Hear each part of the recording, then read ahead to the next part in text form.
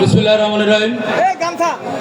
বাংলাদেশ জাতীয়তাবাদী দল সহ সকল অঙ্গ সহযোগী সংগঠন লোহাগড়া উপজেলা পৌর শাখা কর্তৃক আয়োজিত শহীদ রাষ্ট্রপতি জিয়াউর রহমানের ৪৪তম শাহাদত বার্ষিকী উপলক্ষে আয়োজিত আজকের এই দোয়া মাহফিল আলোচনা সভার উপস্থিত সভাপতি, উপস্থিত রয়েছেন বাংলাদেশ জাতীয়তাবাদী দল নড়াইল জেলা শাখার সংগ্রামী সাধারণ সম্পাদক, আজকের অনুষ্ঠানের প্রধান বক্তা আলহাজ মনিরুল ইসলাম।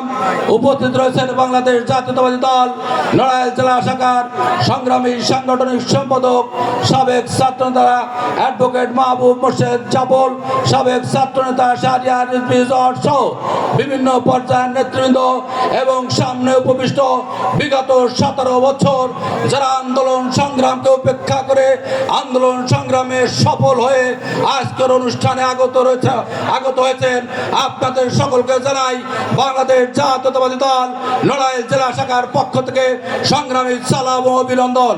সংগ্রামী সাথী বন্ধুগণ, আজকে আপনারা জানেন শহীদ রাষ্ট্রপতি জিয়াউর রহমান সেই 1981 সালে যখন চট্টগ্রাম সার্কিট হাউসের থেকে ফজরের নামাজের জন্য যখন বলা হলো আসসালাতু খায়রুম মিনান নাওম, ঠিক সেই সাথে একটি কথা ভেসে আসলো বাংলাদেশের সবথেকে জনপ্রিয় রাষ্ট্রপতি শহীদ রাষ্ট্রপতি জিয়াউর রহমানকে হত্যা করা হয়েছে। সংগ্রামী সাথী বন্ধুগণ, সেই হত্যাটি করা হয়েছিল দেশি বিদেশি ষড়যন্ত্র। সেদিনকে তারা ভেবেছিল শহীদ রাষ্ট্রপতি জিয়াউর রহমানকে হত্যা করে বাংলাদেশকে বিচ্ছিন্ন করা হবে, বাংলাদেশের নামকে মুছে ফেলার ষড়যন্ত্র ছিল।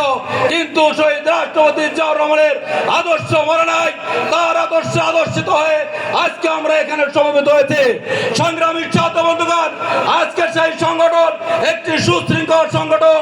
জানেন শহীদ রাষ্ট্রপতি জিয়াউর রহমান আর্মি চিফ ছিলেন, সেখানে তিনি শৃঙ্খলাবদ্ধ একটি সংস্থা ছিলেন, সেইখান থেকে আসে সুশৃঙ্খল একটি দলকে বাংলাদেশের সবথেকে জনপ্রিয় দলে রূপান্তরিত করেছিল।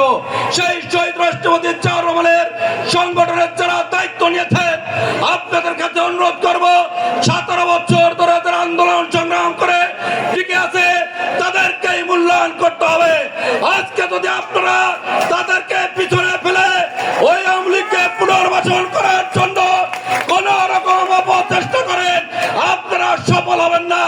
পক্ষান্তরে আপনারা ইতিহাসে একটি বিশ্বাসঘাতকতার জায়গা আপনাদের জন্য রয়েছে। সংগ্রামী সাথী বন্ধুগণ, আওয়ামী লীগকে পুনর্বাসন করার দায়িত্ব আপনাদের কাউকে দেওয়া হয়নি। অতএব সতর্ক হয়ে যান। আমার 17 বছর যারা আন্দোলন সংগ্রামে ছিল তাদেরকেই মূল্যায়ন করতে হবে। তাদেরকে মূল্যায়ন করলে আজকে মনিরুল ইসলামের মতো নেতা এই নড়াইল 2 আসনে এমপি হবে। তাদেরকে মূল্যায়ন করলে নড়াইল কালিয়া 1 আসনে বিশ্বাস জাহাঙ্গীর আলমের মতো নেতা হবেন, এমপি হবেন। আদারওয়াইজ এইটা কোনোভাবেই সম্ভব না। ধন্যবাদ জানিয়ে আজকে যারা আয়োজক তাদেরকে সকলকে ধন্যবাদ জানিয়ে আপনারা যারা উপস্থিত হয়েছেন সকলের সুস্বাস্থ্য এবং দীর্ঘ কামনা করে আমি আমার সংক্ষিপ্ত বক্তব্য শেষ করছি। বাংলাদেশ জিন্দাবাদ, বাংলাদেশ জাতীয়তাবাদী দল জিন্দাবাদ। সবাইকে ধন্যবাদ। আসসালামু আলাইকুম।